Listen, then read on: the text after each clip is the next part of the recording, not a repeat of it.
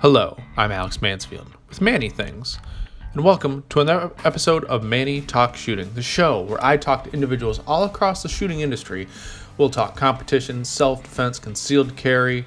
If you enjoy this content, check out our YouTube channel, Manny Things. Without further ado, let's get to this episode. Welcome, everybody. Welcome back to another episode of Manny Talks Shooting. Today, I'm honored to sit down with one of the dankest meme lords we know, Mr. Bill Duda himself of Go Fast, Don't Suck. Bill, how are you doing today? Dankest, huh? I mean, dank. That's what the kids say nowadays, right? Yeah. I think your fleek is good if you're a lady, but I don't really follow how that works. Right. So anyway, I'm sitting down with Bill today, guys. It's gonna be a great episode. As I probably mentioned in either other format or on this podcast, this banner back here is made by Bill. Bill, I think Bill, you made this yourself, right? Oh yeah. Yep. Bill made this. Got a fancy T-shirt. He's got cool patches and shit, guys. I know we'll talk about his crap throughout the episode, but go support Bill. Go buy some crap. He needs more work. Plus his full-time 40-hour work week job. So, but anyway, Bill, who are you and how'd you get into shooting? Well, I guess my name is Bill Duda. I started out shooting because I heard about a thing called multi-gun when I was stationed overseas. And read about it in a magazine. I was like, wow, that looks very cool. So while I'm stationed in Kuwait, I call up a local club from my house. It was the only one on the peninsula of, Delaware, Maryland, Virginia, the whole peninsula. It was the only club on the peninsula, and I called them up at home, apparently, and I was like, hey, so am I allowed to come and just kind of watch a match and see what you guys do there? I'm really interested. And he was like, yeah. He's like, but are you really calling me from Kuwait? And I was like, yeah, dude, totally. He's like, that's the furthest away phone call I've ever gotten. So my plan was to get into shooting pistols because I was always military not always, but I was military for a long time, and I grew up shooting, rifles and stuff, but not really pistols. So I was like, oh, I'll just go play the USPSA, learn how to shoot pistols well, and then I'll get the stuff I need to go shoot rifle and shotgun. And I'm still, now what is it, like 11, 12 years later, I'm still shooting USPSA. Did you actually go out and buy stuff to go shoot 3-gun? Oh, yeah. Well, I mean, yeah, to a degree. I bought a JP rifle, which I have since sold. One of the few firearms sales I've ever made, I didn't need that much rifle for what I ended up actually using rifles for. So I ended up getting rid of it. And then, no, I've got a couple shotguns, nothing really race gun shotgun, but I guess if I was to take whatever I have around here and go shoot a match, oh shit, I wouldn't be competitive. 5+1 in the tube is not gonna do the job. No, it's not. But there's one that I think heavy steel is the one that's like free shot, but I don't think I want to burn up all that 308. Yeah, the heavy division. Yeah, no, thank you. No, thank you. So that's kind of cool. What were you doing in Kuwait? Let's see. I was a unit armor, so I was dealing with rifles all the time. And our unit at that time was running white trucks, the supply trucks in and out of Kuwait, convoys and stuff like that. So that was our job at that deployment. How long were you in service? 5 the first time, 8 altogether. Okay, so you weren't just 4 and done. You're there for a minute. Well, so when you join the military, you join for 8 years of duty, and usually you sign up for some number of active duty years. But what I didn't realize, because I was just trying to get the paperwork signed, you sign up for 8-year obligation. So I was in for 5, didn't want to re-up, so I got out, and I was put in the individual ready reserves, is what it's called. Mm-hmm. That's when you still have an obligation to the military, but they don't need you for anything particular. And then I was out for 1 year and 3 months when I got hey, welcome back, report to Fort Benning in 3 months. I was like, oh, yeah, I am technically still in, so here I go. Well, that's interesting. Didn't know that. So now I learned something. Boom. 8 years. So, Bill, have you taken any like formal firearms training other than the military? No. No. So all your USPSA skills are kind of like self-taught or what you've seen from other shooters? Yeah. Well, so I'm not real heavy in this. I don't know.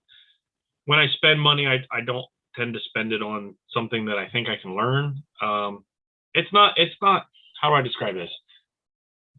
It's not a bad thing. Like if I really felt that there was some gap, I would go take a class. But what I've done for my shooting career is I was mainly invested in participating in the sport as far as like, being an RO and going and helping out at matches and things like that.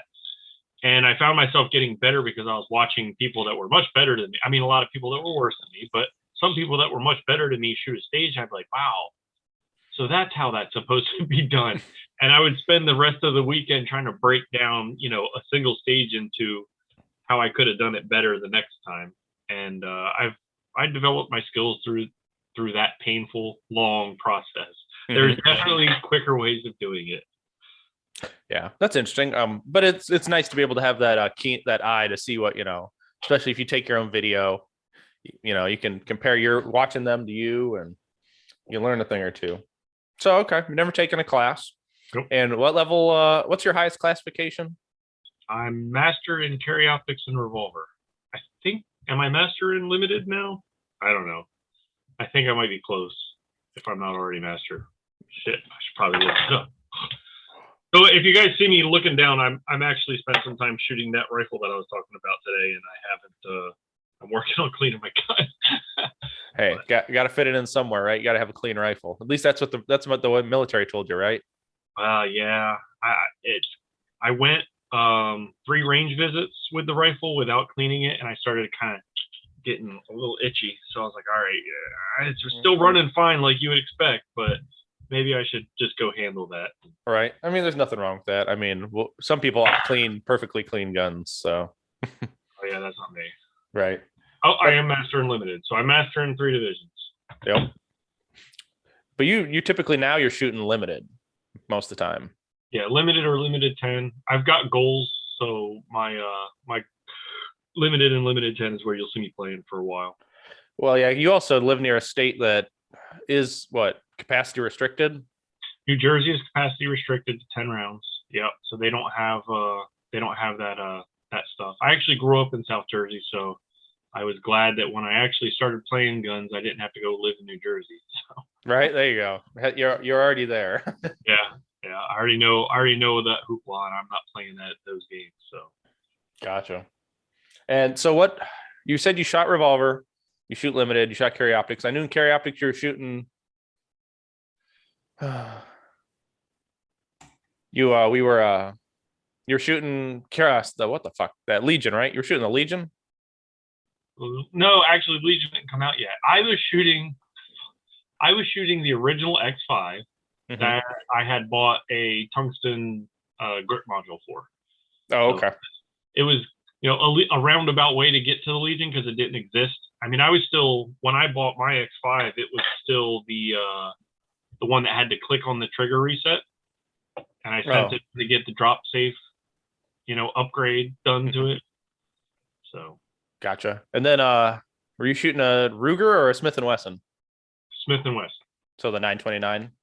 No, the 929. See, I keep coming into these divisions before it, the whiz bangs out. Yeah. So I actually got the 357 and then had it chamfered to take 9mm cases, and I was running long loaded 9mm in Revolver when I was playing that game. Did you send that Revo out to TK then? Well, that's a funny story. So I actually didn't take. He worked on it before I even took possession of it. So I knew TK because I have a buddy of mine, Mike Danchek, was really heavy in revolvers, and I asked him about where I should get it worked on, and he was like, just send it to TK. I was like, okay. So I showed up at TK's door. He's like, hey, so I got this revolver. I was like, yeah, man, do your thing, make it ready for 9. And he's like, oh yeah, totally, got it. That's the one thing I know. If you're shooting revolver in USPSA or any sport, you got to send it to TK. You don't have to, but I mean, if you want something and that's the other thing is, I never had a problem with that revolver. The only problem I ever had is I broke a firing pin, and they're kind of like almost like a PCC. They have a firing pin that actually floats in there with a spring, and the hammer actually strikes that, and that strikes the primer. But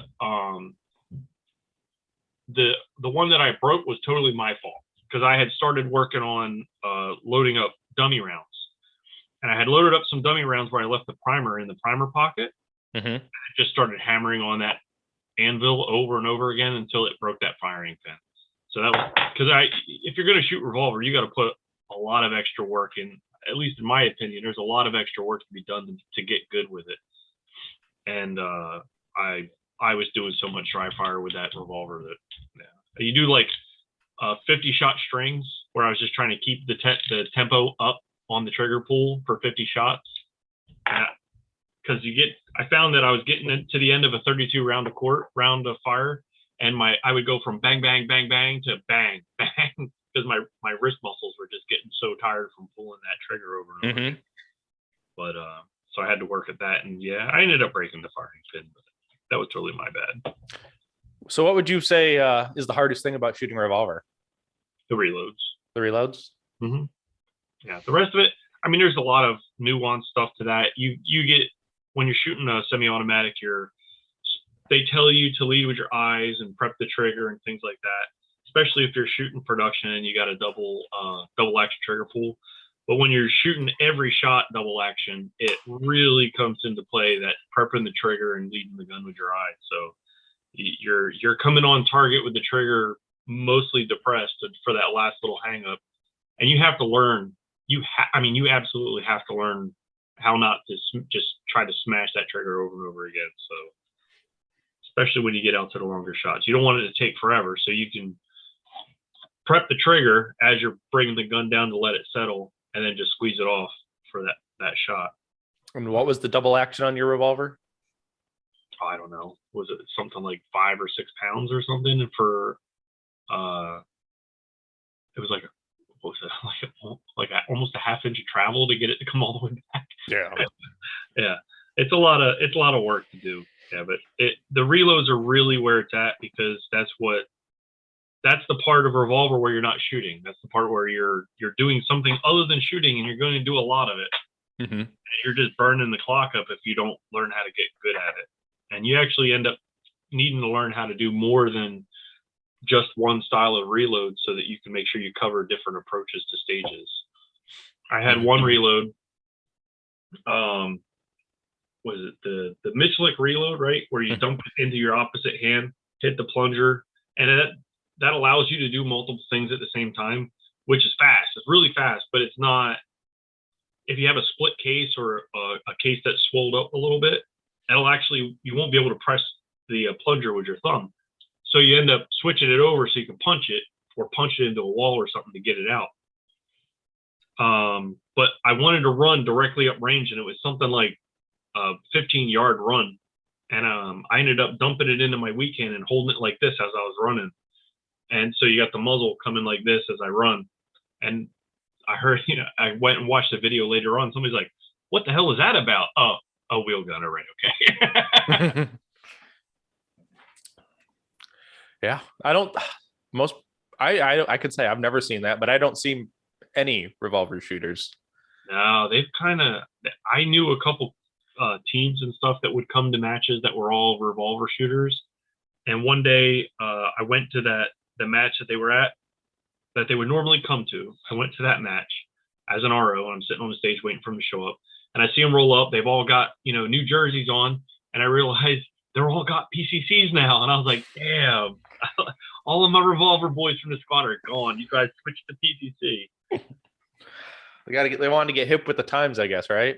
I think it was just a group of guys that are really out to have a good time. I wish I could remember the name of their team name right now, because I would totally say it, but they're just a group of guys that like hanging out with each other and shooting and going to major matches as a little team together. And when they showed up with everybody carrying a PCC, I was like, dang, guys, really? That's how it's going to be? Like, whatever, you just switched to carry optics. And I was like, oh, all right, so now it's about me.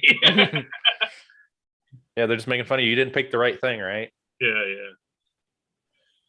That's Well, cool. I've got more respect for carry optics. That's all. Oh, that's true. I mean, it is the fastest growing division, so Yeah. bring all them dollars in, right? Get all that SIG dollars. Well, and when I initially looked at what I was going to shoot for carry optics, I wasn't interested in the SIG because it has a large height over bore compared to say a Glock, right? Mm-hmm. But I couldn't bring myself to shoot a Glock, and that's not for yeah, I have one. I think everybody should have one. But the problem that I had was the grip angle on it is completely different from any other pistol that you might pick up.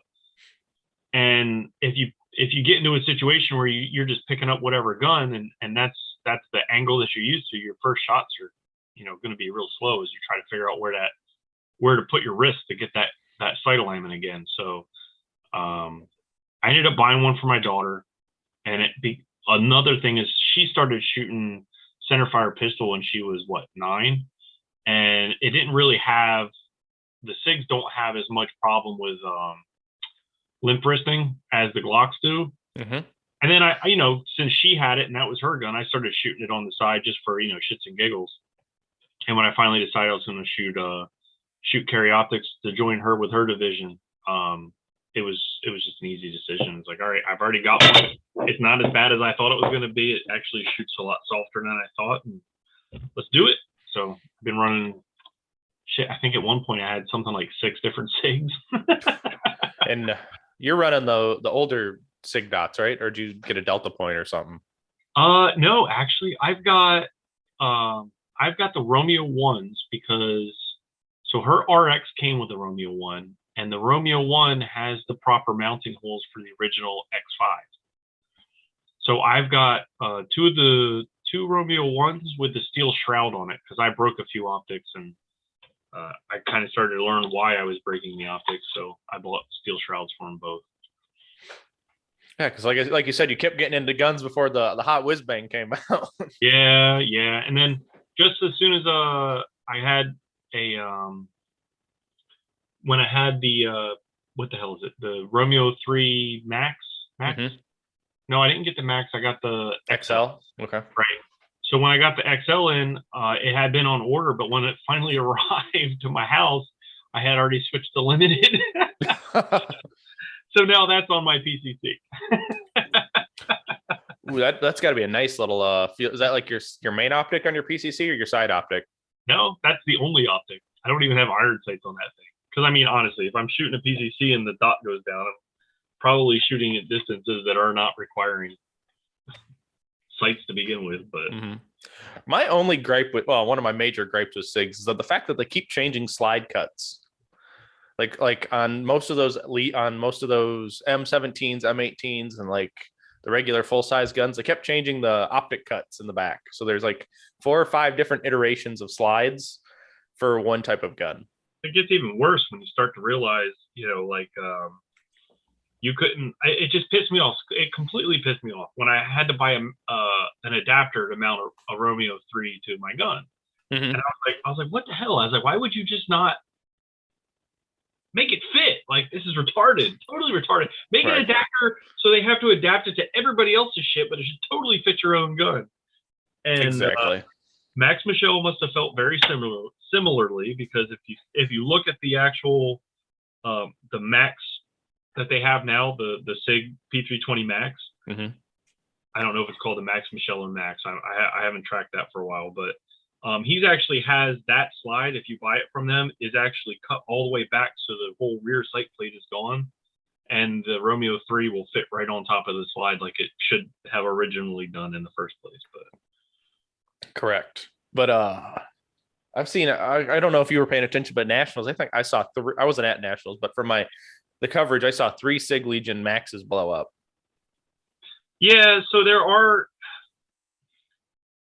I have seen that some guns are failing, and whether they're failing because I don't know. I don't even want to get into the whole why that was going on. I didn't look into it. That isn't my kind of thing, right? Like, I don't really go trying to attack anybody really, but I sure as hell I'm not trying to make a manufacturer look worse than maybe I do Glock. Right. But I don't know. But they're just like the whipping boys. It's low hanging fruit, like PCC. Yeah, but every 99% of PCCs take Glock mags for the win. Yeah. And that was funny because Glock Girl started shooting PCC, and I was like, oh, what? I was like, because it takes a Glock mag, it's a Glock. Like, you're not even going to fix your name. That's funny. Yeah. So, and then you moved on to limited, / limited 10. You're shooting an Atlas what? I am shooting an Atlas Nemesis. Those guys got me good. Those guys are awesome. They told me, we want you to shoot this, and we're gonna get you this equipment. And I was like, all right, cool. I was like, totally. And when they were having the lower cut, they actually, instead of cutting Atlas Gunworks into the dust cover, they cut Go Fast Don't Suck. And I was like, damn, you guys got me good. One way or the other, I'm gonna have to buy this gun. Damn right. One way or the other, you guys got me good. But and it was one of those things where like I've shot Atlases at matches before, and so it was always just like, man, I totally would dig getting one of these, but my finance, I'm not shooting for two, but I've got two shooters now, and still only the same job. So when that came about, I was like, that's awesome. And I started shooting that gun, and I've just been having a freaking field day with it ever since. So yeah, made master in that, I think by accident. Like you guys saw me look it up. I didn't even realize I had made master.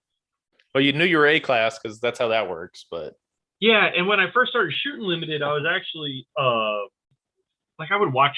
I'm not big on the classifications because of them being messed with and the old classifiers being completely, I don't want to say unattainable. I want to say like unreachable for most shooters. I mean, like even the good shooters, you have to go out and just piss rounds at the targets and hope that they hit. There's obviously a skill involved, but you can't shoot those in any kind of match mode. I used to use, Anderson's thing, but in any kind of mode where you would be shooting well all day, shoot that classifier on your best day ever, and you're still only going to hit like 89, 90%. It's just because somebody's going up to those targets and it's just hosed them hard and got really good hits and went home with the win, and they recalculated the hit factors, and now they're unattainable. The hit factors that are coming out of nationals these days are much better as far as you can shoot those at your skill level and actually expect the hit factor to be where it is. But I can't shoot any of them old classifiers and feel good about myself at the end of the day. Right. Well, and look at the new one that we're gonna get, the 12 targets from nationals, that L-shaped thing you had to shoot at low cap. Yeah. Christian and Open put like a 16 hit factor on that thing, so that's gonna be blazing. Well, and it is, but the deal is it's actually in it. If somebody at a national match shot that stage and managed a 12 hit factor on it, that's awesome. They were shooting at the peak of their skill level. It wasn't just hoping things were going to hit. And it's achievable. I mean, you may not ever be a Christian sailor, but if you go down there and shoot that stage and you get 80% of his score, you earned 80% of what Christian can do at nationals. You didn't earn 80% of what somebody that had a really good day at a single classifier by just throwing rounds at it, So that's where I like the new classifiers, and I really wish they would do more, but I have heard that that's not really going to continue to be a thing, and I find that a little disappointing, but I don't run the kit in the caboodle, so. Right. Yeah, that's a little disheartening because I kind of liked what they were doing with that and those ones from nationals. And yeah, and even if it was only 1, 2, I mean, they had one year it was like 8 of them, which was cool. That's all the classifiers you see for the following year after that classifier actually gets posted. So, right, any match you go to, that's pretty much all you see are the new stuff. Yeah, which is, I'd much rather see the new stuff at, like, say someone's doing a classifier match. I'd much rather see new ones compared to, we're going to shoot El Prez and like front sight and all these. Chicken. Yeah.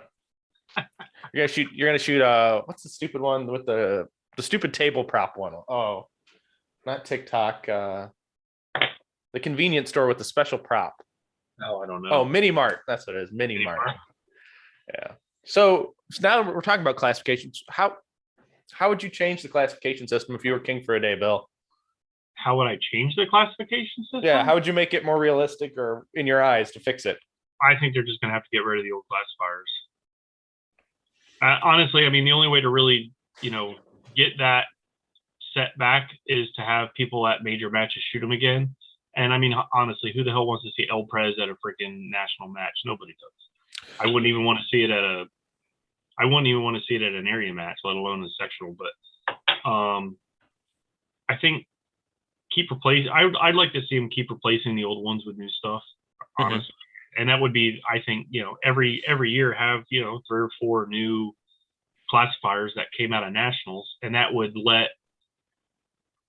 I'm not saying make it easier. I'm just saying make it more, not even achievable, but more realistic to what a national match. I mean, this ranking system is supposed to exist so you can see where your skill level is to a national shooter, but you're not seeing that. You're seeing what your skill level is to the home club boy that could throw it down real hard and put a lot of heat onto a stage.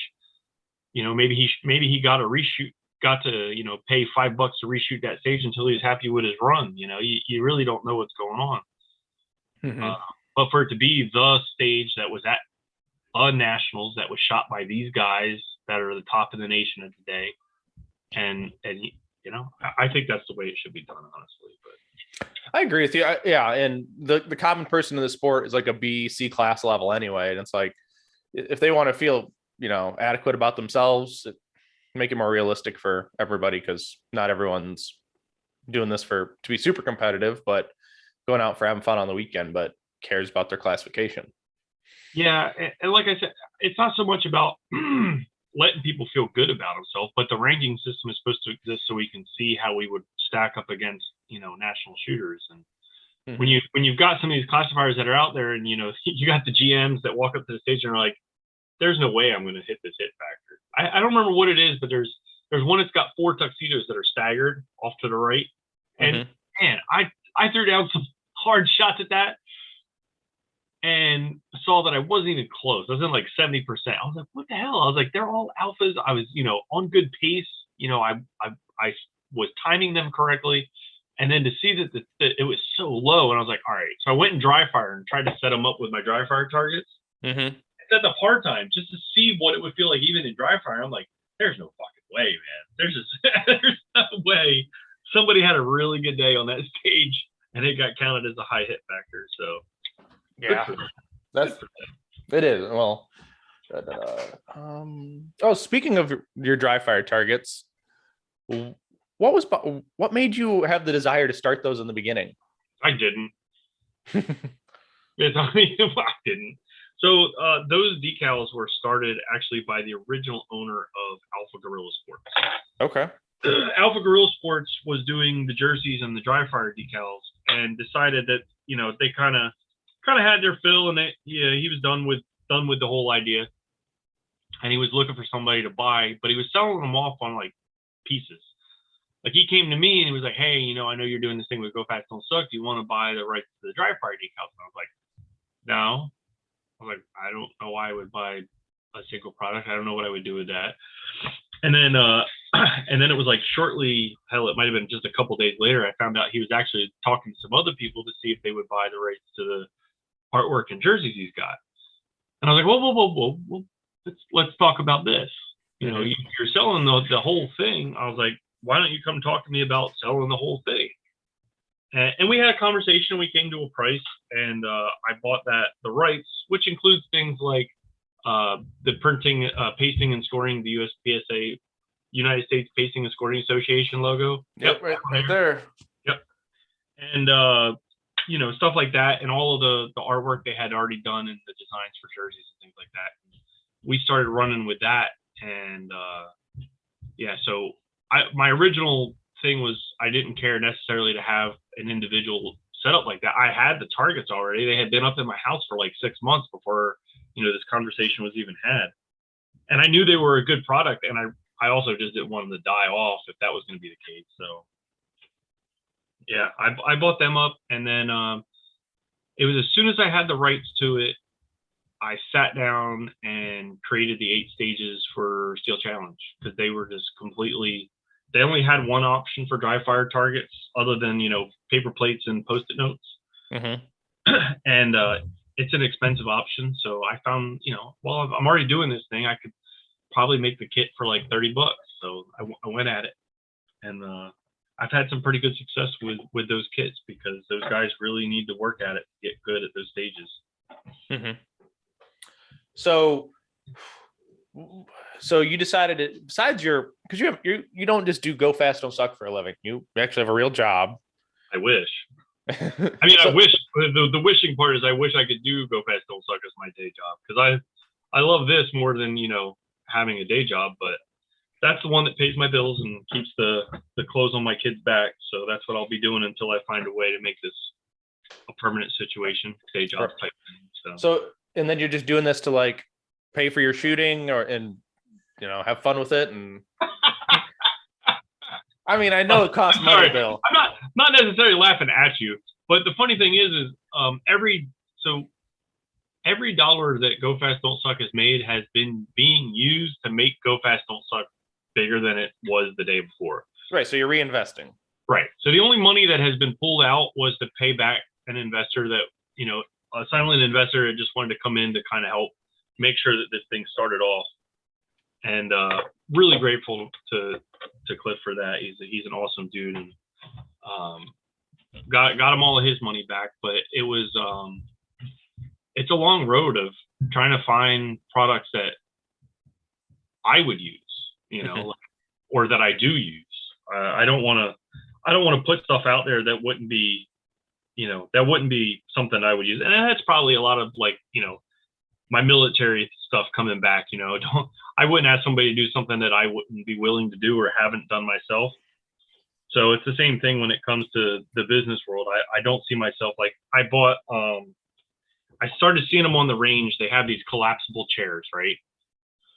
And they look like a disc. Like a disc, right? And then you pull them and rotate them, and then they lock into almost any position, and they turn into a stool. Real convenient. You can walk around with them. So I went and bought some in bulk, and started selling them at matches I was vending at, and they were doing well. People wanted them because they saw what they are. And I had one brought back to me, the day the guy bought it. He went to sit down on it, and it broke out from underneath him, and he landed on his ass. And I was like, shit, dude. I was like, I'm so sorry. Would you want your money back, or do you want, a new chair? Just pick one. Tell me what you want. It doesn't matter to me either way. He's like, no, I'll just take a new chair. I was like, all right, not a problem. I gave him the new chair, and as soon as they were all sold out, I never made another reorder. So I couldn't put those out there and rely that they're not going to break on somebody on the first freaking day of using it. Forget it. It's not worth it. Right. Now, you said you bought Alpha Gorilla Sports. Has anyone actually ordered an Alpha Gorilla Sports logo jersey since then? No.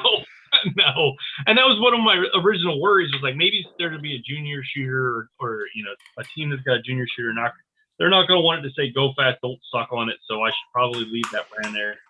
Not a single bit of interest. I actually have been throwing around the idea of just killing the whole thing altogether and just getting rid of it. There's even a little spot where if somebody clicks on where it goes to alphagorillasports.com, it actually sends them over to Go Fast Don't Suck to its own little page. But kind of hey, that thing doesn't really exist anymore. But right. Yeah, and I don't think anyone really knows what Alpha Gorilla Sports is anyways nowadays, to be honest with you. No. And there was a lot of, I don't say a lot, but there was some bad business that had been done, and there were some unfortunate situations where people hadn't gotten their equipment and stuff like that. And it was probably better left to just die. Now, you don't make just jerseys and dry fire decals. You do a bunch of stuff. You're printing your own T-shirts. You're doing hats now. You're doing a bunch of shit. Yeah. So one of the things that I decided, I was a match director for a long time. Well, I feel like it was a long time. I still do assist with the local clubs. But it's like I know the deficiencies that are there in the market, right? Like you can have somebody, you can take them and say, hey, you know what, Alex, you're a match director, and you're like, awesome. What does that mean, right? Like, right? Like, no, you're running this level 2. You need to have staff prizes. You need to have gifts. You need to do this. You need to do that. You need to find a vendor for this and this, that. And it really sucks, man. It's like you really spend a lot of time trying to worry about that stuff. So when I started doing the dry fire decals, I realized I had the ability to print banners. So I was like, well, shit, I could do banners for matches. They don't need all those extra UV coatings and all these extra seams and stuff, because if the thing lasts 4 days on a range and it doesn't get shot full of holes, that's going to be an awesome day for that banner. Right. You got these sponsors that are mailing banners off to a match, and they don't, they're not expecting to see it again, but they spent $60 and they bought 2, and they're like, hey, if you guys could send me back that banner, like, oh, we threw it in the dumpster, or oh, I got shrapnel all the hell, and they're like, oh, that's okay. Yeah. So I was like, all right. I was like, well, I can use that to help, sponsors and matches. And I was like, well, shit. I was like, I've also got all this experience. Let's find other ways we can help. So anytime there's something like when we're doing the jersey, the idea there for the jerseys is like, yeah, I can do the jerseys. I do them for individuals. But we also really like doing them for matches, because if we can get your staff to, look cool and feel cool in their staff jerseys, keep the staff happy. That's like a huge thing for me, is, make sure that the people you should be working for them instead of so much the other way around, Mm-hmm. So yeah, make sure they're as happy as possible. And sometimes I'll get a call from a match director like, hey, I don't know what I want to do for staff this year. I feel like we've done the same thing over and over again. I'm like, oh, I've seen a couple different things going on. You want to try this? And they're like, oh, that sounds different. And a bunch of different products that are out on the market. They usually have a budget they're trying to fit into, so sometimes it's cost prohibitive to get into wild territories, but they're a lot of fun with it. Mm-hmm. Well, now I'm even seeing like I think it was, what was it? Maybe North Carolina. You brought those laser engraved cups to sell. That's a new thing you've been doing. That was designed to be a short run idea. So we did. I did an order of a case of Arctic steel case tumblers, because I like the steel tumblers, because I like the Arctic brand, and they're not terribly expensive. You could buy Ozark or whatever, but I mean, you could buy them from Walmart, so that's not really the way for me to go. Right. But I bought a case of them with my logo on them, and I was like, this is just stupid. It feels there are people that are going to just want a tumbler that says "Go Fast, Don't Suck" on it, but it's not really what I want. I was like, you know what? I was like, everybody really likes it when I just put stupid shit, like making fun of different things on the cups. I was like, I'm going to do that. So I sat down with my team, and we came up with all 40 different sayings, and had them all engraved on the cups and brought them out and sold them, and everybody got a kick out of them. I think one guy bought like 8 of them. He was really tickled with it, because he would send a message to his, post them on Facebook, and he'd have 3 buddies like, get me one, So that was pretty cool. We started doing that at Area 8, and I completely sold out of all of them at Area 8. So they were always intended. I mean, they were numbered, 1 through 40. Mm-hmm. But they were always intended to be just a single run thing. Mm-hmm. I'm trying to think of something else to do as a single run thing that we can do something similar with, but I haven't really. I'm in my off season right now. Yeah. Now, are you seeing a lot of jersey orders right now, or not yet? Well, I'm hoping the jersey orders take a little bit longer to get ready, to start filling. Right now, we're in where people are negotiating with their sponsors or who they want to be sponsored by. So I don't expect to see brand new orders until January, February. There are the occasional rolling in, but I'm expecting that once people finalize their agreements with their sponsors, we'll start getting more. But we actually are in the process of having the cut changed, because it was like some of the sizes were not quite what people expected when they got them, and we would do our best to try to help people understand what the sizes were before they ordered, but they'd still get them. And they're like, hey, this is a little snug. Like, yeah, I know, I did that on purpose, and it turns out nobody likes it. So I'm undoing it and getting the sizes changed.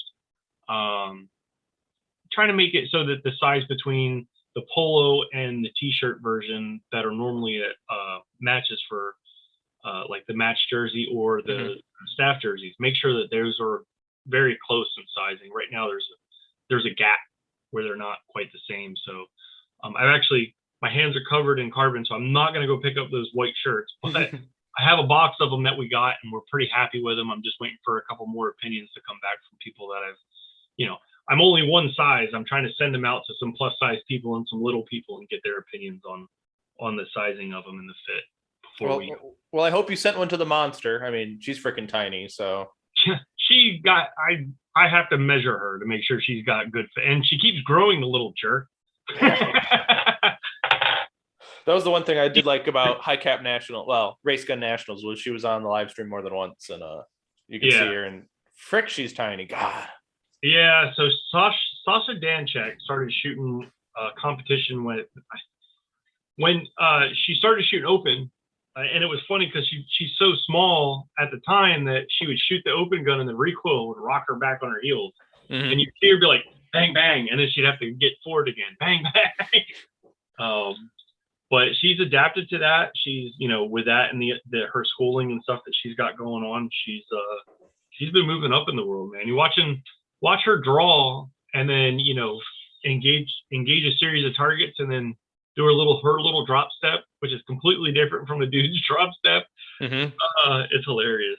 I get a kick out of it myself. Right. So hopefully you don't change the extra large size on the jerseys too much, because those fit pretty nice. I gotta get me a new one. We'll see. Yeah. They won't be changed too much. They're just gonna be, loosened up a little bit. Not everybody likes how tight they are, and I did that on purpose because I didn't want a jersey that was going to be pillowing out and getting in my equipment. And it turned out that people just don't like it. They don't care for that. They'd rather be a closer fit to the competitors. Well, the competitors are not Asian built companies, Right. So. Yeah, and the sayings I know everyone loves the sayings by their shirt size in the back. Those are always fun. That's another thing. It was like when we do the shirt tag, I was placing an order to have them created so that I could send them over to be attached to the shirts. And I was like, I had it all done, and it was just the logo, and it was perfect. And I was like, this is boring. Let's do something with this. And we created, I don't know, it was something crazy. I think it was like 30 or 60 different, one of those two numbers saying. And depending on, what size you get, how lucky you are, you may get a different label on the inside of your tag for the sizing. Mine, I know, is funny because I've got Tim Heron logo on my back, and it says 2 World Wars inside, so it's hilarious because it fits. With the R and the Z, yeah. Yep. Yeah, so I'm looking forward to those. I need to order a new one this year. So, you got some new sponsors? Well, maybe, yeah. Got some things in the works, so it's always good. I mean, I'm lower than a middle of the road nobody shooter, but I like to look the part. I don't know. It's something. You spend some money and it looks cool and they're really comfortable. I mean, wearing a t-shirt all day at a level 2 match or even a local match, it's all day. It can get kind of sticky. Your jerseys, not so much. I get the breeze. There's some people out there that think, they call them shooting blouses, and, they make fun of people that wear their NASCAR shirts to the match when they're a no talent nobody. And, I don't necessarily care for those people being like that. I mean, it doesn't even have to do with me having a product. Look, I love that people come and buy our product, but my main intent is to make it available to matches so they don't have to spend so much to keep their staff comfortable. But people will want to wear them just so that they can feel like they're a better part of the sport or represent. Or I got people like one guy, they did the Dumb and Dumber tuxedos. That was their entire jersey, the Dumb and then they would put the hats on. Oh, dude, it was hilarious. I love stuff like that. We've got some people that have come to us with some really wild stuff, and some people that just wanted some custom one-off stuff for them. And we really just love doing that stuff. And the whole, like, yeah, you can go buy a performance wicking shirt and, from Walmart or something like that, and run around the range shooting that, and there's nothing wrong with it. I've done it just because I was being lazy and didn't want to go find my jersey that day. I pulled one off the rack that was supposed to be for sale and go out there and shoot a match. It's just people want to feel, especially if you've got like a team, right? So we did the one for like the short bus, not short bus. Are they short bus? What's the? I know you got the trailer park trigger slappers. Well, we did 1 year. That was actually, they were done before I had bought the company. They had already had done theirs, but they haven't come back. But I think it's because of everything that's been going on. So I don't feel one way or the other about it. But yeah, especially if you have a team you're trying to represent and you're trying to save a couple bucks by not going full blown, going crazy with it. I'll totally help you out. We'll see what we can get done. I've never talked bad about the other companies. I don't necessarily, I don't necessarily talk about the different brands specifically. But if you're a match that has already been in a relationship with a jersey company and you don't want to use this for that, but you'd like to have us there for, either our match support or something like that, totally down with that. I didn't come into this game to try to break relationships, right? So if you already have a relationship with somebody, awesome. Like go do that. That's great. I'm really happy for you. If not, and you're looking for somebody, even if I can't help you, I can point you in the right direction, so. Right. Now, you just mentioned your match support. Some people might not know what that is. You want to give us the quick rundown on what your match support involves and how cool it is to see you on the range all weekend in your trailer? my stabbing cabin. Well, it's a Jack Shack. It has not been upgraded to stabbing cabin. No. So what I do for match support is I go to matches and we set up a range Wi-Fi. Now, it's not always easy for a match that's really spread out to have Wi-Fi signal at everything to share an internet connection. So what you end up with is paper backups, right? And I'm really not a fan of the paper backups. It was just so annoying when the technology exists, if you apply it correctly, for the backups to be auto-logged into practice score via the internet. That they might even populate automatically every time you hit approve into practice score competitor. So let's do that.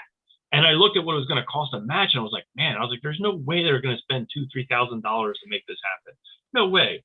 I was like, well, my thing is I want to be able to help matches, so let's find a way to make this happen. So I did some research and some digging and bought, I think, something around $6,000-$7,000 worth of equipment between access points and bridges, routers,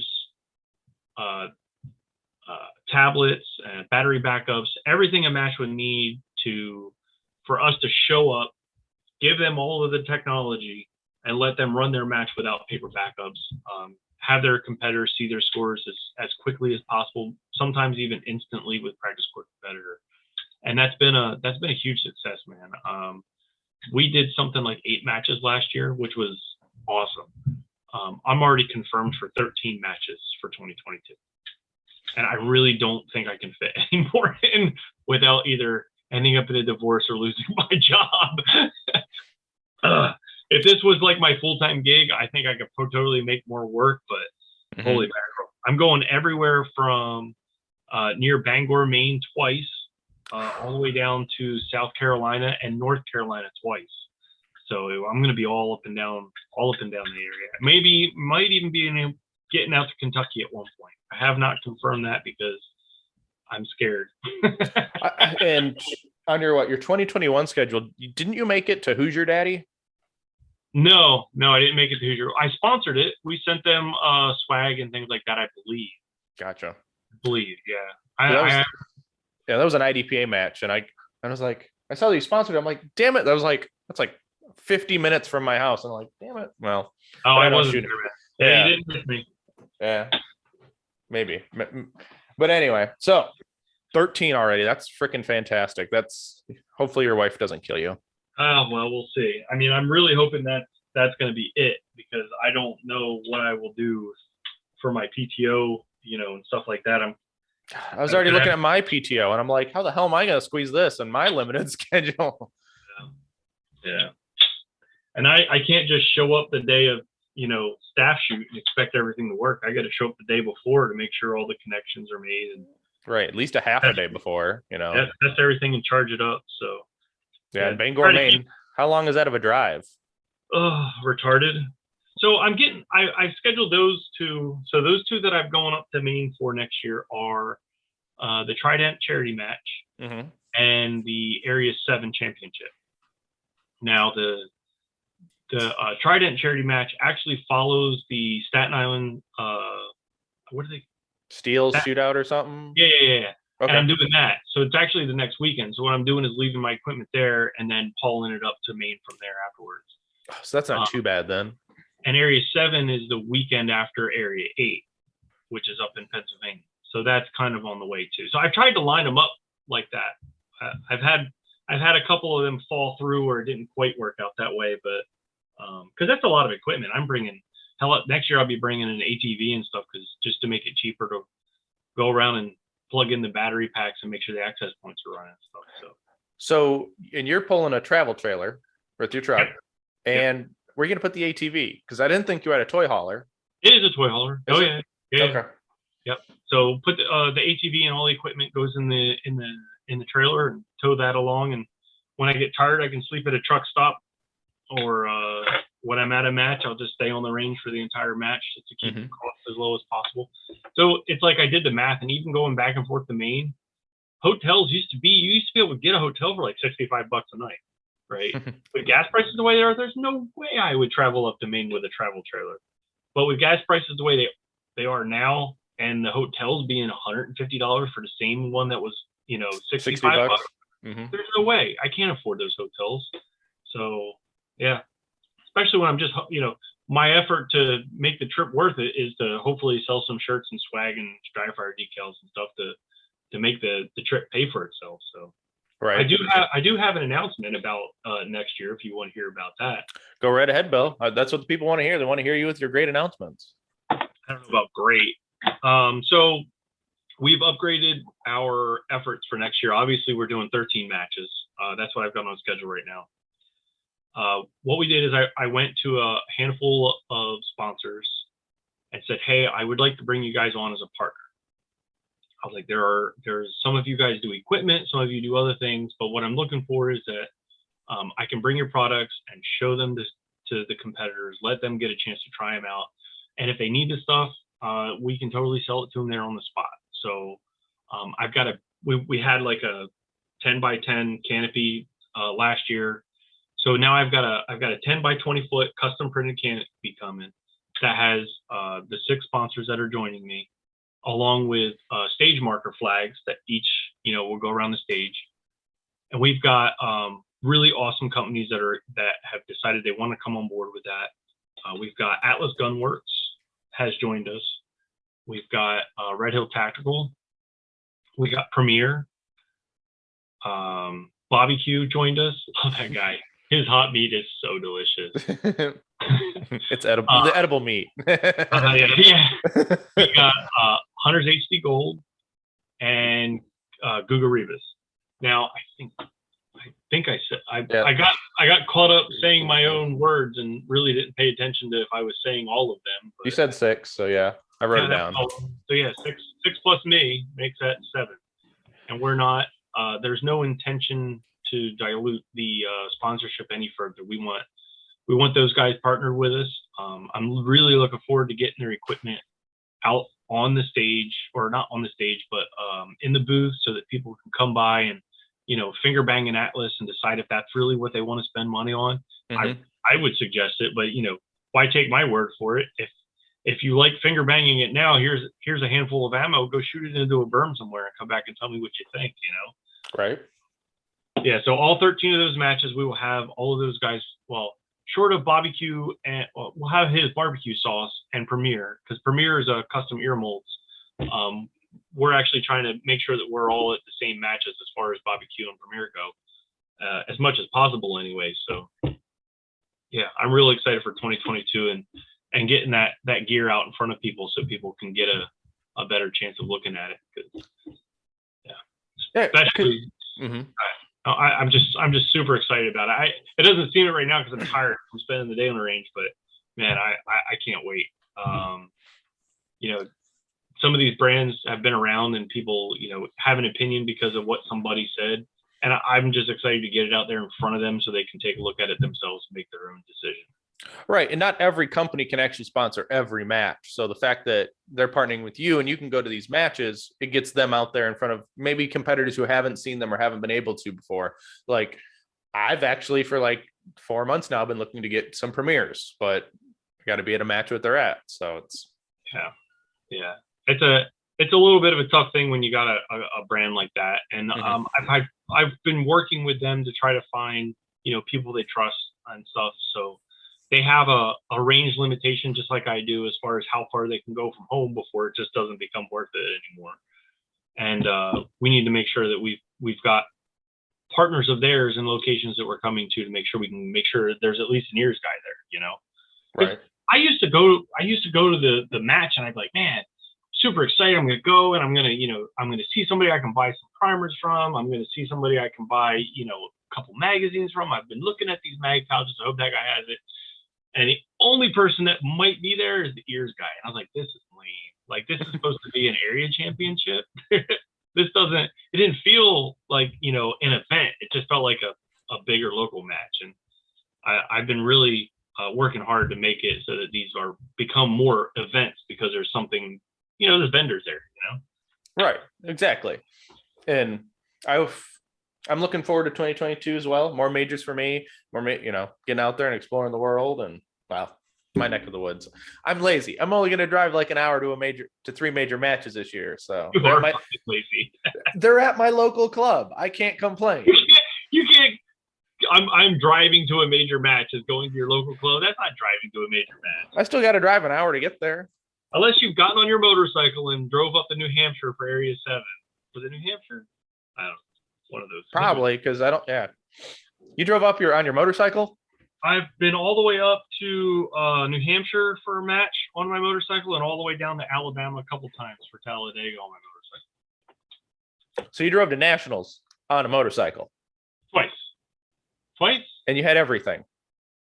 Well, everything I need. I mean, I didn't, obviously, well, maybe not obviously, but you downgrade your range bag a little bit. It actually turned into a permanent downgrade because I was like, wow, I really don't need all that extra shit. And I stopped bringing it. Yeah. When you have to limit down for one of those things, yeah, you really find out what the fuck you really need. Yeah, what you really need. Yeah. No, I mean, I've flown to match. Oh, wait, no, that's not right. The furthest one I've ever driven to was actually Mississippi. That was a doozy. So that was oh wow, I'm drawing a blank on the name of the match. It was an IDPA match. It was actually a 3 IDPA match. Oh man, it'll come to me eventually. They don't hold the match like that anymore, but it was a 3-day match. Mm-hmm. On the first day, they were doing like whatever the 2 smaller guns are, right? They were doing like bug and the backup, bug and right. They were doing like the 3 small guns. The next day they were doing like whatever production equivalent was something else, and then it was carry optics and something else. Or no, it was a 2-day match, 3 different matches though. So you had the AM was the smaller guns, the PM was a different set of guns, and then the following morning was the last set of guns. And it was so that if you went down there, because I wanted to go to the World Shoot that year, and I was like, this is actually 3 level 2s worth of points for 2 days.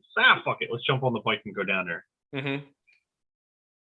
That's pretty cool. I've never heard. I mean, I knew you needed points to go to nationals, but that's actually a smart idea to do it kind of like that. Oh, you don't even need it. Yeah, you can just whittle your way in somehow. No, so the way that the point system works for IDPA is for nationals and World Shoot is rather. When you go to the level 2s, level 3s, or you RO level 2s, level 3s, you get points. And then when you want to go to a national match that year, they calculate your points, and whoever has the most amount of points gets slot 1. And then it goes down from there. So like they'll just open up chunks of points and let people in until they're down to like people that have no points or 1 point or whatever, So you can wait long enough and probably get into the match. You may squad with who knows who, but I've never been burnt. I've never cared about that anyway. I turn every match I go to as much of a good time as possible. Right. Now, earlier in the podcast, you talked about being a match director. You were match director of Area 8 a couple times, correct? 3 times. Yeah. 3 times. What years were those? 2016, 17, and 18. Who suckered you into that? No, nice. That was Steve. So I had done Virginia, Maryland. That was my first ever level 2 as a match director. I had never even match directed my local match by myself. But we put on a hell of a match. It was a good match. The only thing the only complaint we had was like, it would have been a little bit better if there was a couple more movers, and that was it. And I was like, really? I was like, that's awesome. But I turned it into what I thought the match should be. You know, we had as many vendors as I could find to showed up. I think at the time it was like 3, but that was a lot. You know, you go from only an ears guy to having 3 vendors. And then I was like, all right, well, I guess I'll do this next year. And they were like, okay. And then Steve came to me and he was like, hey, so what do you think about running Area 8? I was like, well, I've already said that I would run, you know, the Virginia, Maryland match again. And he's like, oh, well, I'll go talk to him. I was like, well, you guys come back and let me know. I was like, I'm down to do whatever. And they came back and were like, all right, you got it. Area 8's all yours. And I ended up doing it for 3 years. So first 2 years, I was having a pretty good time. And at the end of the second year, I was like, look, guys, I was like, I'm burning out on this. I was like, you know, this third year will be the last one I do for a while. Find me somebody to train. I don't want to leave it like I found it. So find me somebody to train how to do what I'm doing, and I'll totally turn it over to them. And that's how we tried to run it. I tried to just train somebody up and turn it over that way. That's a good idea. And it's nice because then you trained somebody so they weren't like you were stuck in the dust. Like, what the fuck am I doing? It was brutal. And so I suddenly found myself with all this free time. And I started because I wasn't spending, you know, 3 or 4 hours a day worried about this match for an entire year. So I started dabbling around making some memes, and it got carried away. It got carried away pretty fast. And then in 2019, you made Go Fast Don't Suck. Yeah, that's it. So, and that was March or May of 2019. I had gone on Fiverr and found somebody to make me a logo. Like literally made me into a logo. Right. Then you have to go through all the trademarking and stuff when you actually turn it into a business and all that crap. So good times had by nobody. Right. And now you're probably the most respected, put that in air quotes, meme lord out there for the shooting community. It's really weird. Yeah. So my thing has always been like, you know, I just don't want to do people wrong, right? Like, I'll make fun of you because I think it's hilarious, and I don't care that people are making fun of me. But I want to be respectful about it, you know. So if I'm going to make something about you because you fell down at a match, and it's going to specifically talk about you, it's going to use your name, or it's going to show you falling down, I'm gonna be like, hey, do you mind if I use this? And I'll send you the meme first. And I've had actually a couple people like, I don't want to be known for that. Okay, fair enough, no problem. You're not hurting my feelings. It took me 5 minutes to make it. I'll never get those 5 minutes back, you jerk. You know, right?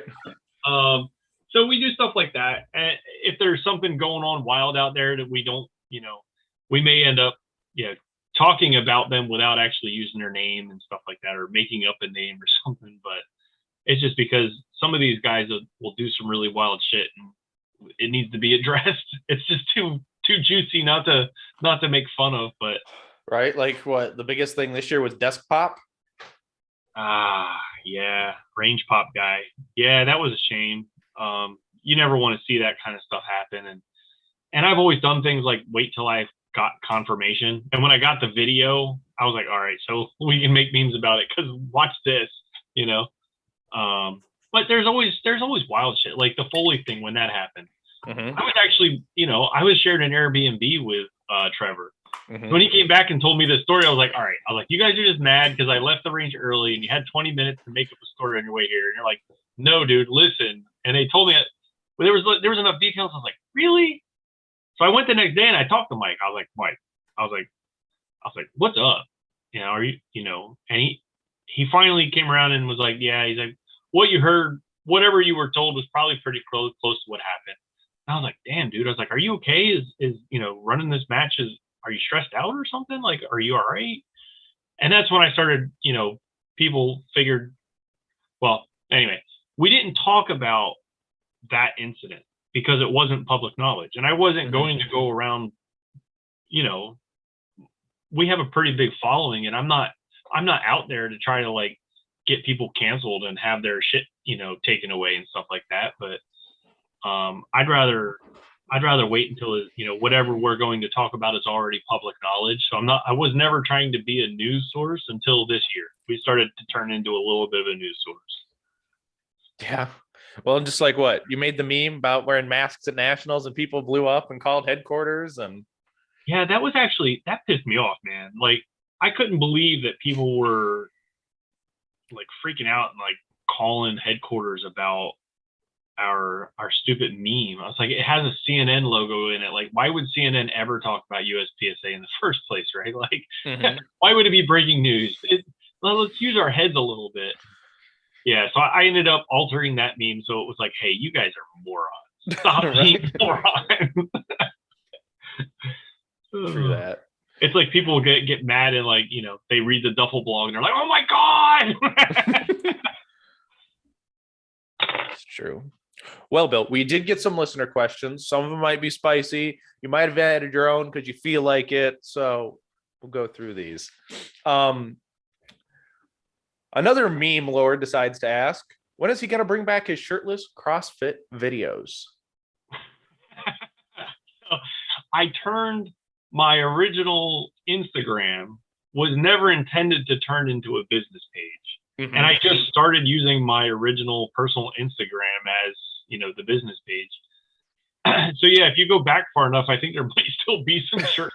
I don't know. I don't know that I cleaned up all of the CrossFit videos from back in the early days, but yeah, I still do CrossFit. I just don't do it shirtless. At least not for us anymore. You guys, yeah, you're gonna have to go to my OnlyFans for that. There you go. Yeah, $5 a month. We got to pay for this shit. I mean, he's got to get bullets and primer somehow. This is funny. I think this is one of your employees anyway. Why are you the way you are, specifically about the gayness? No. Well, I've got deep-seated sexual confusion. No, I blame it on the military, man. Like, you can go through the military and not get caught up in all the ass grabbing bullshit, but the shooting community on the range is actually one of the closest things to being in the military as far as all the gay jokes and ass grabbing and bullshit that goes on the range. It's the closest I've ever seen in a community of grown men running around, yeah, that's pretty much it is. I mean, even at the local level, I mean, you're like, so you go to I'm assuming level 3 matches, and maybe nationals probably is ass grab city too. So yeah, nationals gets a little less unless you're with the wrong squad. Mainly because there's people that are trying to be serious and competitive. I try not to get on those squads. Yeah. Well, you did shoot with some of Team Atlas for low cap. Yeah. I actually had a really great match. Yeah. So even though one of them wasn't shooting at Atlas at the time. Well, yeah, he was shooting his Glock. Chase. Yeah, Chase. He was shooting his Glock. Well, he wanted to shoot in production. Yeah. So. That's true. Now, so what grade school level are you really mentally? My daughter's in probably fifth grade. Yeah. I mean, I still laugh at booby jokes and farts. So I'm pretty sure that's where I belong. Yeah. So what does micro penis affect your shooting proficiency? I wrote that question just to watch you get uncomfortable at saying micro penis. Micro penis. Wait, no, I've never had a giant cock. I can only run around with a micro penis. It doesn't get in the way, I assume. There's some taping going around if you're running around with a log in your pants. Oh, Bill, I love you. You're too funny. See, and you want to talk about the gay question? There you go. Oh, hey, I mean, you love me. I know. I think I told another grown man that I love him today too. So don't worry. Hey, it's how it works, and it's like it just works. All right, so here are the spicy ones. So lately, you've been doing these live streams with the board members and some of the candidates for president. So I've got two questions. I've even heard about this. Oh, I mean, if people haven't checked this out, Go back and find this shit. It's on there. One person that's why are you so pro board of directors boomer now? All right. So how do I describe my outlook on this? So my outlook on this, first off, was we got people that are trying to be presidential candidates, right? Mm-hmm. And they only have their local people that really know who the hell they are. And you have like one or two people that might be their buddies that are, know nationally or have like some kind of their own shows or, whether it be a live stream or any kind of podcast or something like that. So they're going to be more popular, but just because they're the name that they heard, right? And so I was like, well, shit, we got plenty of people that are following us. Let's let these people come on our show and just let them talk about what they're running for and let them meet everybody. So I tried to keep it down to about 35, 40 minutes for these guys and just get them to introduce themselves. That was the only point of the thing, was introduce yourself, answer a couple questions as far as like, what your platform is. I'm not going to like drill you and try to figure out what the details of your plan are or anything like that. I just kind of want to get a general idea. Mm-hmm. And that's what I did. So that went really well. It was well received. There was a couple people who were like, "Oh, why didn't you ask this mean question?" Or "Why didn't you get down and find the details about this thing or that thing?" I was like, because I wasn't doing that for the other guys. Why would I go hammering down on one person about it? I was like, let's just be chill, because I'm generally just want to make fun of everything anyway. So let's just be chill and let these guys introduce themselves. So, and then it came down to realizing that, there's, similarly, there's a lot of people, but there's people out there with a really big social media presence that are just like, oh, this guy's a dirtbag and that guy's a dirtbag and this thing and that thing. I'm like, okay. I was like, well, and I'm looking, I'm like, all right, well, where's the details? Where's the thing that's obviously this is so totally the case? And I'm like, I'm not seeing it. I was like, well, let me just call and talk to somebody. I was like, you know what? I was like, fuck that. Why just call? I was like, let me get them on a live stream and talk to them on a live stream about it. But I don't want to be, I don't want to use the information that I'm hearing about second or third hand, trying to, assume that it's factual and ask these detailed questions about things that I haven't even heard about before. So, so I developed a list of questions, and generally I'm asking them this list of questions. I do diverge from that, especially if they've already answered 2 or 3 of them in one long-winded question. But I'm asking the questions that I want to hear about. I'm trying to get them to answer the questions that I want to hear about. And if later down the road, once we actually see what these proposed changes look like, then, I'll try to see if I can get these guys back on and be like, hey, what is it that the community is actually telling you now that they've seen these changes that you have to either vote in or vote against, and try to get their opinion. I really don't think the best way of tackling that is to like run up in their face and be like, why are you such a dirtbag? Why are you not doing this? I saw that you did this. Why did you smoke Foley's dick? Like, right? Like, but that's what these guys want. And I'm like, that's not me in the first place. Like, if I do that, I'm probably going to be laughing, and it's going to be you because you were the one that wanted me to ask these questions. Right. So, yeah, there's a number of meme guys out there that are trying to hammer down on me like it's going to hurt my feelings or something, which is adorable. I mean, they can have at it. It's really, I really don't care. Like, they can't mess with the meme daddy, right? Well, it's not that. My personality just, I couldn't care less. Like, you don't see me out here attacking these guys, and I'm not trying to vote one way or the other. I'm not trying to convince anybody of anything. I want to get on there and have these guys talk and answer some questions, and kind of put a face to the people that all we hear about are as the board. So I'm hoping to get a couple more of them on and get them to chat and talk about what it is that they're seeing from their perspective. Like, why are they friends? The whole, like, the answer that came out of the why are you trying to make it so membership is, you have to be a member for a year before you can vote. I never even considered that it would be, because there's like, you can buy so many votes to get your candidate in. I didn't even know that was a concern, but yeah, I guess it could be. So, right. If you supposedly, if you have enough money, I mean, you could buy an election, or sway the ties, but but it also discourages someone who's a new member who just happened to join and is like, well, I can vote on the president. Oh, wait, I haven't been a member for a year yet. And a year's a fucking long time. Well, it could be, for new shooters because they haven't been around for a while. But it's like, I don't know. I remember being a new shooter and not just being more interested in not getting DQ'd than I ever was in the politics of the sport. So I don't know. I don't feel one way or the other about it, especially since it's not actually written into the bylaws yet. Right. So I want to see what the actual bylaws look like before I start, well, why exactly did you do this? This looks like a dirtbag move, Right.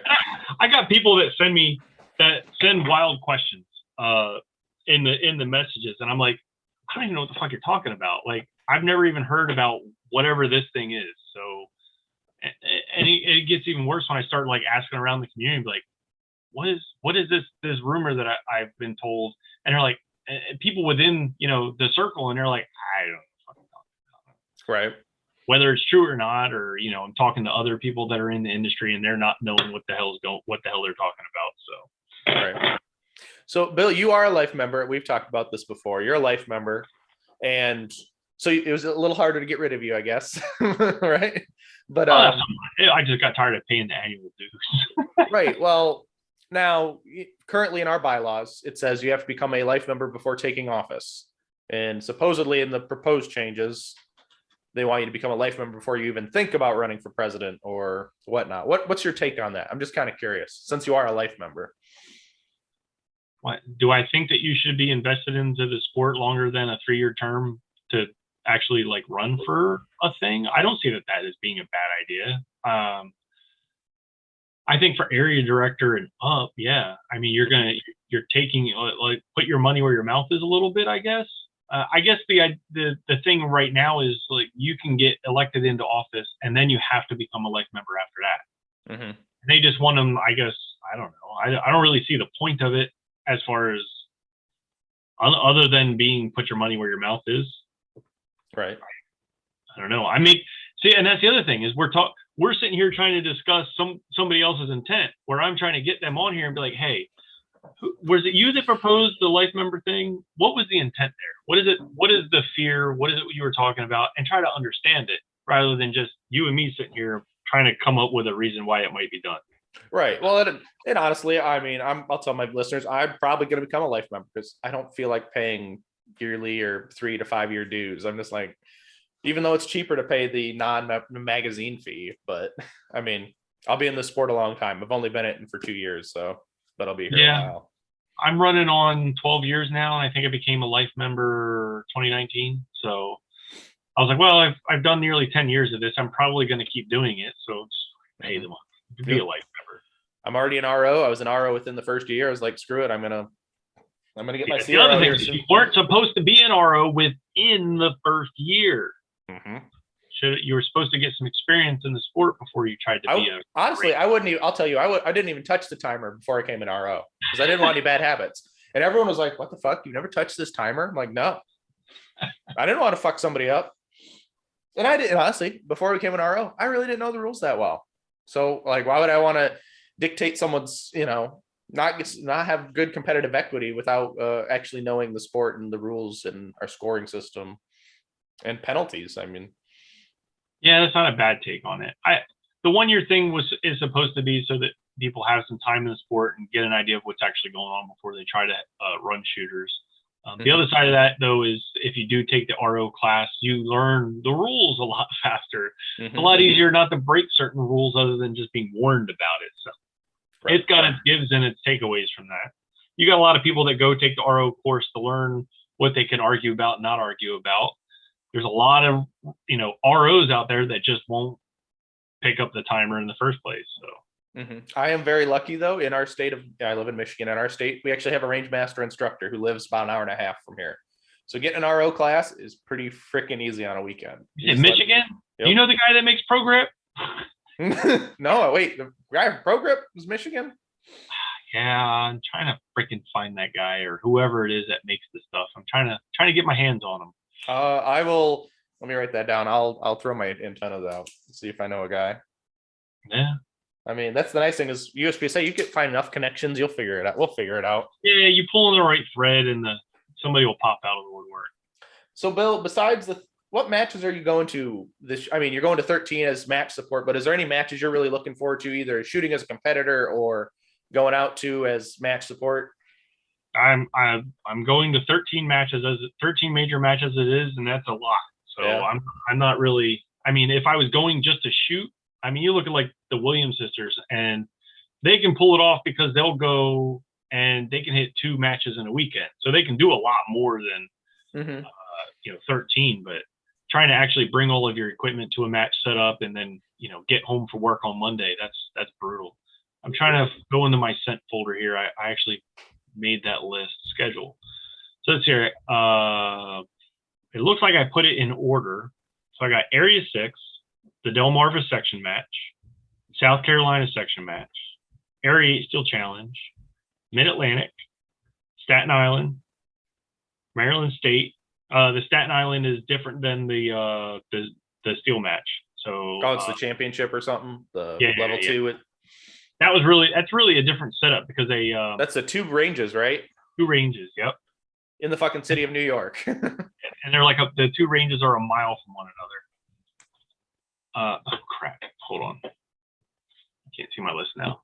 Let's see. So after Maryland State, I got Long Island Steel, then Trident Armory, Area 8 Championship, Area 7 Championship, Carolina Classic, the Virginia State Championship, and then for the last item, I put probably a divorce somewhere in there. She's gonna leave me for sure. I don't know. Well, she'll just take her with you. Yeah. Okay, so the divorce happens for sure. Oh, okay. Half of them. Please. Take her for half of them. Well, see, the trick is you go away long enough for them to miss you and be home only long enough for them to wish you would go find something else to do. So. And that's why we shoot matches, right? So they're like, get the fuck out of the house by Saturday. Like, please, just go find somewhere else to be. Right. That's why we have basements, man. I mean, that's where we live. Yep. So those are the matches I'm going to. That's freaking fantastic. So, Bill, we're coming near the end of the show. That was it? That was all the spicy questions you had for me? Was about the area directors? Yeah. Well, I mean, I'm assuming you're not in the BOD's pocket was another question, but I'm assuming you're not on the payroll. So.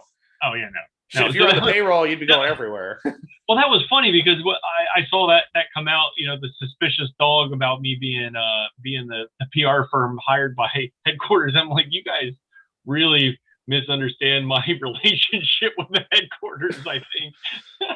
They tolerate you just enough, right? Oh man. But yeah, no, and that's why I asked Lee about it. Was kind of like, hey, am I the guy? And he's like, oh yeah, totally. I was like, sweet, where's my check? No, I'm not in their pocket. I'm just not looking to be like the guy that runs around and calling everybody a dirtbag. Like, I'm more just trying to get everybody to voice their opinion. I even had somebody come on and ask me if I'd have Ben on the show. And I was like, yeah. I was like, I don't see why I wouldn't. I don't think he would come on, but yeah, sure, I would have him on, but see what happens with that. Right. So this is the part of the show where I let you plug your sponsor, well, your partners, your sponsors, whatever you want to plug, where they can find you at. I mean, we know you on Instagram, but you actually have a website, they can buy shit. So tell the people. Yep. Instagram and Facebook, we're on there as Go Fast Don't Suck. We're also on Twitter, but I only use that to make other memes, so don't look for me too hard on there. I think we have a TikTok, but again, I use it to make reels for Instagram. Our website is gofastdon'tsuck.net. Oh, Keita got that wrong. Got that fixed. Well, the .com is being sat on, and I can't get it from the guy. So yeah. But we have that going. The partner sponsors I've got is Atlas Gunworks, Guga Rivas. We got Red Hill Tactical, Bobby Q Catering, Premier, and Hunters HC Gold. So all of those sponsors are also going to be the sponsors for our 3 postal matches next year. So we're having a postal match for USPSA, Steel Challenge, and IDPA. That'll be pretty cool. Yeah. So I'm waiting on design.